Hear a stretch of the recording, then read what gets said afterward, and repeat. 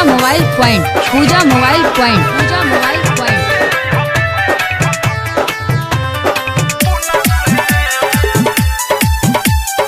Music by Vikesh Bhojpuriya.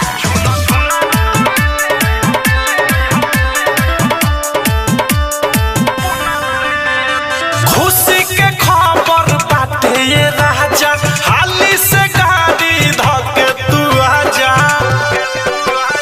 खुशी के खबर बाटे ये राजा, हाली से गाड़ी धके तू आजा। घर भर भरल हवे खुशी के दुगुना से, झुना झुना तू ले ले हपुना से, झुना झुना तू ले ले समस्तीपुर रोड चंदाहा पेशावर। तू ले ले हपुना से, झुना झुना तू ले ले हपुना से।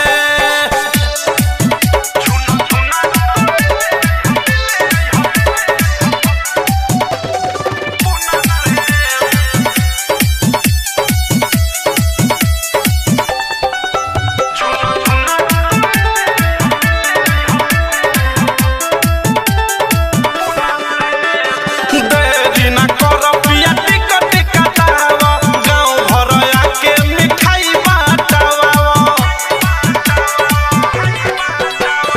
देरी ना कर पिया टिकट कटावा, गाँव भर आके मिठाई बाटावा।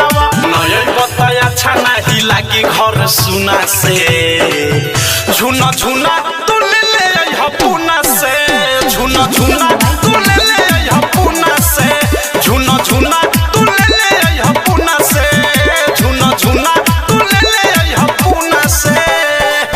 डीजे गोलू बाबू भाई, डीजे गोलू बाबू भाई, DJ Golu Babu. Samastipur road Chandaha Peshawar, Samastipur recording road by Chandaha मिसाइल पेशावर। Recording studio. आदि मीठा काल्हे भेजले बमाई, लेके आइल रहे मझिला भाई। ए सुना, आदि मीठा काल्हे भेजले बमाई, लेके आइल रहे मझिला भाई। मीठू मिसाइल और स्पिनी हनुना से, झुना झुना पूजा मोबाइल पॉइंट, चंद्रा टॉकीज के सामने।